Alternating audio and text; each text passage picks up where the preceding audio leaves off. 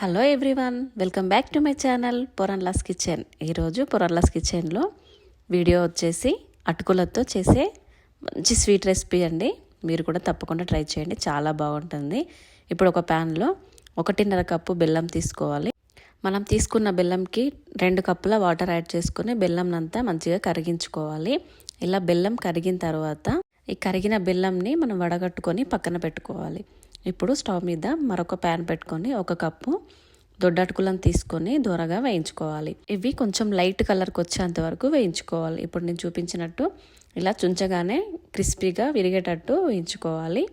ఇప్పుడు ఇందులో 1 కప్పు పాలను తీసుకోవాలి. కాచి చల్లారబెట్టుకున్న పాలను తీసుకొని బాగా మిక్స్ చేసుకోవాలి. స్టవ్ని మీడియం ఫ్లేమ్లో పెట్టుకొని ఈ అటుకులన్నీ పేస్ట్ లాగా అయ్యేంత వరకు ఉడికించుకోవాలి. ఇలా కలుపుతూనే ఉండాలి. కలపకుండా వదిలిపెడితే కింద అడుగంటుకుపోతుందండి. ఇలా పేస్ట్ లాగా వచ్చిన తర్వాత ఇప్పుడు మనం ముందుగా కరిగించుకున్న బెల్లం వాటర్ అయితే ఏదైతే ఉందో అది కొద్దిగా ఒక 2-3 సార్లు మధ్య మధ్యలో గ్యాప్ ఇచ్చుకుంటూ ఇలా కొంచెం యాడ్ చేసుకుంటూ మిక్స్ చేసుకోవాలి. ఇప్పుడు ఫైనల్గా మొత్తం ఒకటేసారి పోసి ఉడికించుకోవాలి. ఈ మిశ్రమం అంతా ఇలా దగ్గరికి వచ్చినప్పుడు 1 స్పూన్ ఇలాచీ పౌడర్, అలాగే ఒక 2 టేబుల్ స్పూన్ల నెయ్యి యాడ్ చేసుకొని దగ్గరికి వచ్చేంత వరకు సిమ్లో ఉడికించుకోవాలి.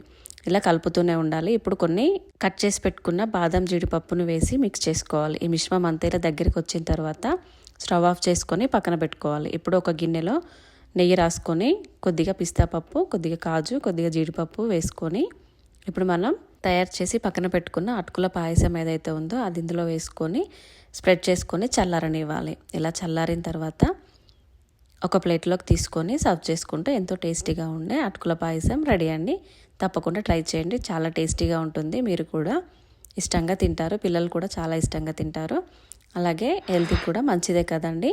తప్పకుండా ట్రై చేయండి. ఈ వీడియో కనుక మీకు నచ్చినట్లయితే మరిన్ని మంచి వీడియోల కోసం నా ఛానల్ని లైక్ చేయండి, షేర్ చేయండి, కామెంట్ చేయండి. సబ్స్క్రైబ్ చేయడం అస్సలు మర్చిపోవద్దు. పక్కనున్న బెల్ ఐకాన్ క్లిక్ చేయండి. నేను వీడియో పెట్టగానే మీకు నోటిఫికేషన్ వస్తుంది. Thanks for watching this video. Bye.